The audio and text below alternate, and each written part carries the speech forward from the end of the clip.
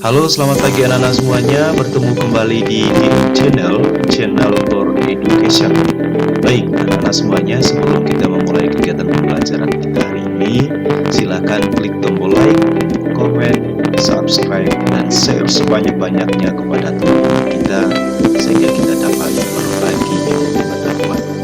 Mari kita simak pembelajaran kita untuk hari ini.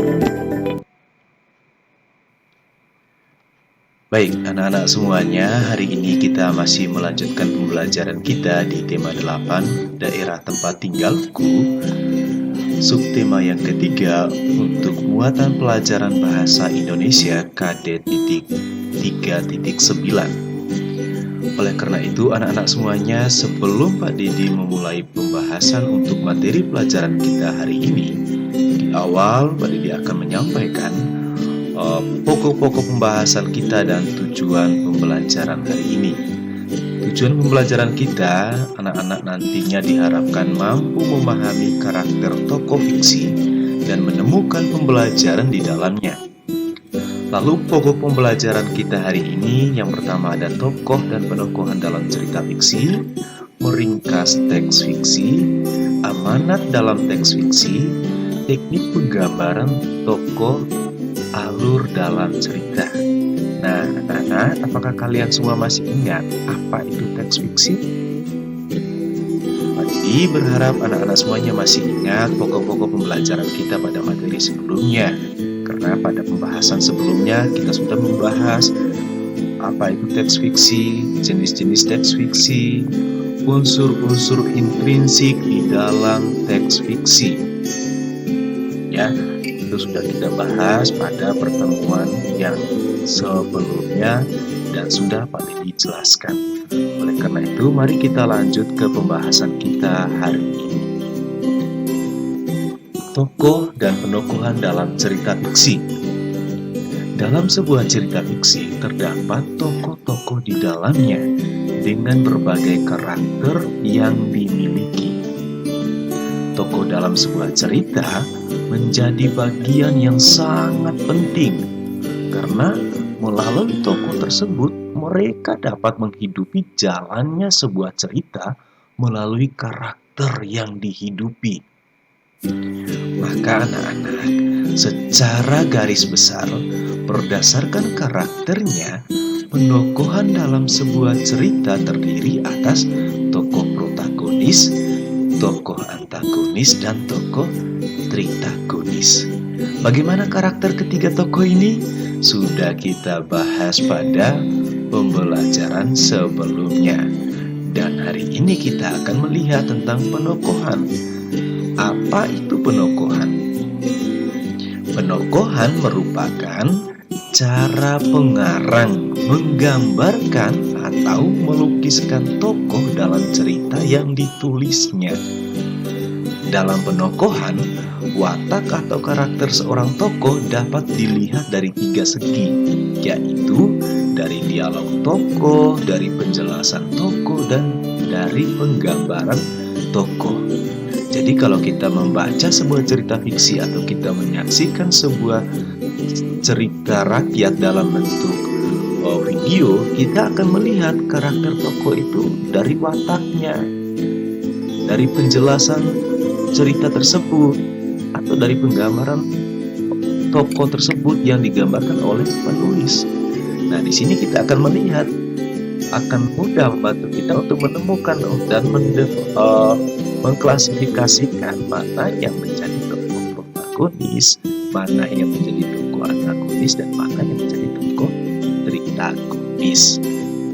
Kemudian anak-anak, pada pokok pembelajaran kita selanjutnya kita akan melihat tentang meringkas teks fiksi. Meringkas merupakan kegiatan memendekkan suatu karangan atau bacaan dengan mengambil intisari dari bacaan tersebut. Tujuannya untuk memudahkan pembaca dalam memahami suatu karangan atau bacaan. Lalu langkah-langkahnya bagaimana? Yang pertama, membaca naskah asli dengan seksama. Kemudian mencatat gagasan-gagasan utama yang ada di dalam setiap paragraf. Nah, pada poin yang kedua ini, ingat, di semester 1 kita sudah mempelajari tentang gagasan pokok, gagasan utama, pokok pikiran, kalimat utama. Pak Dedi merasa ini cukup membantu anak-anak ketika dalam melakukan kegiatan meringkas bacaan.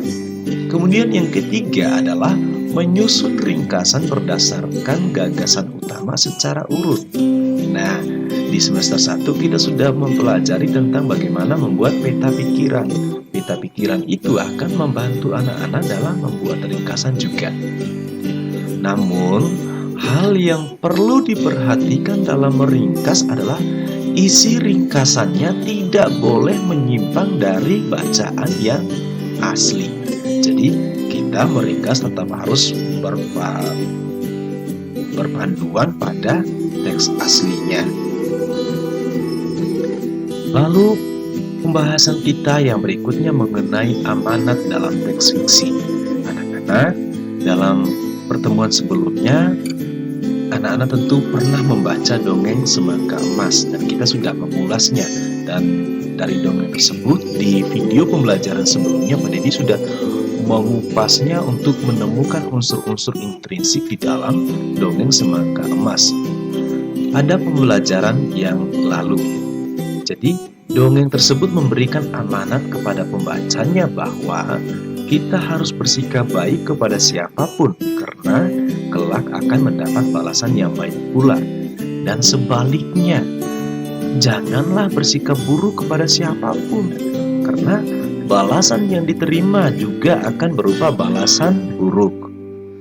Kemudian, apa itu amanat? Nah, amanat merupakan pesan moral dalam sebuah cerita atau karya sastra lainnya yang ingin disampaikan oleh penulis atau pengarang kepada pembacanya. Maka dari itu, amanat terdiri atas dua macam. Ada amanat tersurat dan ada amanat tersirat. Amanat tersurat merupakan amanat yang secara jelas diajarkan melalui kata-kata dalam sebuah tulisan. Sedangkan amanat tersirat merupakan amanat yang tidak dijabarkan secara tertulis. Jadi kalau amanat tersurat, ketika kita membaca sebuah teks fiksi, di sana sudah ada pesannya yang dapat kita bacakan di sana. Tetapi kalau amanat yang tersirat, kita harus membaca semua teks fiksi tersebut secara utuh, baru kita bisa menemukan amanat tersirat melalui buah-buah refleksi kita dari cerita yang kita bacakan. Kemudian teknik penggambaran tokoh. Teknik penggambaran tokoh merupakan teknik yang digunakan untuk menggambarkan watak tokoh, ciri fisik yang ada pada tokoh dalam sebuah cerita. Di sini ada dua teknik dalam menggambarkan tokoh. Yang pertama, teknik penggambaran tokoh secara analitik, yaitu penggambaran watak tokoh cerita yang dilakukan dengan memberikan deskripsi, uraian, dan penjelasan secara langsung. Kemudian teknik penggambaran secara dramatik, yaitu penggambaran tokoh secara tidak langsung dalam mendeskripsikan sikap, sifat, dan tingkah laku tokoh. Nah, biasanya kita cukup mudah untuk menggambarkan tokoh kalau kita sudah membaca sebuah teks fiksi. Misalnya di dalam buku ada berbagai macam dongeng atau cerita yang dapat kita bacakan, karena dari dongeng-dongeng tersebut kita dapat menggambarkan tokoh yang ada di dalam cerita fiksi tersebut. Baik anak-anak semuanya, poin pembelajaran kita yang berikutnya mengenai alur dalam cerita. Alur merupakan rangkaian kejadian dalam sebuah cerita yang disusun secara kronologis. Fungsinya untuk apa? Fungsinya untuk mengatur bagaimana suatu tindakan-tindakan yang terdapat dalam cerita harus berkaitan satu sama lain. Misalnya, bagaimana suatu peristiwa berkaitan dengan peristiwa lainnya. Lalu bagaimana tokoh yang digambarkan dan berperan dalam cerita terkait satu sama lain dalam suatu kesatuan waktu. Nah, anak-anak, berkaitan dengan alur ini kita dalam kehidupan sehari-hari juga sebetulnya pernah melakukan. Misalnya ketika kalian hendak melaporkan atau menceritakan suatu kejadian kepada orang lain, biasanya orang akan bertanya, itu ceritanya bagaimana toh? Ceritanya bagaimana ya? Alur ceritanya bagaimana? Jadi di situ sebetulnya kita sudah terbiasa dalam kehidupan kita untuk membuat alur sebuah cerita. Dan di sini ada 3 jenis alur dalam cerita. Ada alur maju, alur mundur, dan alur campuran. Alur maju merupakan rangkaian peristiwa yang dimulai dari masa awal hingga masa akhir cerita dengan urutan waktu yang teratur dan beruntun. Sedangkan alur mundur merupakan rangkaian peristiwa yang berawal dari masa lampau ke masa kini dengan susunan waktu yang tidak sesuai dan tidak runtut karena dia harus mundur alur ceritanya.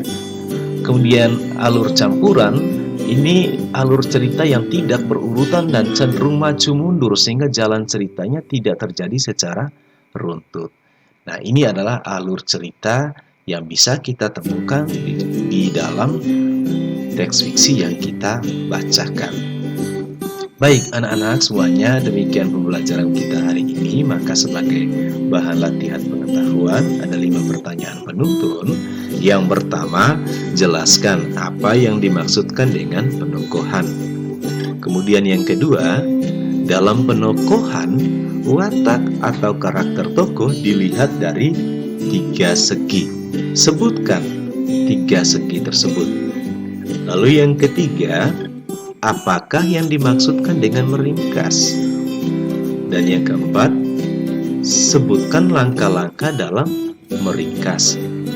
Dan yang kelima, sebutkan dan jelaskan 2 teknik penggambaran tokoh. Nah, silakan anak-anak menulis jawabannya, kemudian lampirkan di classroom agar dievaluasi oleh Pak Didi. Oke anak-anak semuanya, sekian dan terima kasih untuk pembelajaran kita hari ini. Semoga anak-anak bisa memahami. Ingat, jika ada kesulitan, silahkan bertanya kepada Pak Didi. Sekian dan terima kasih. Tuhan memberkati.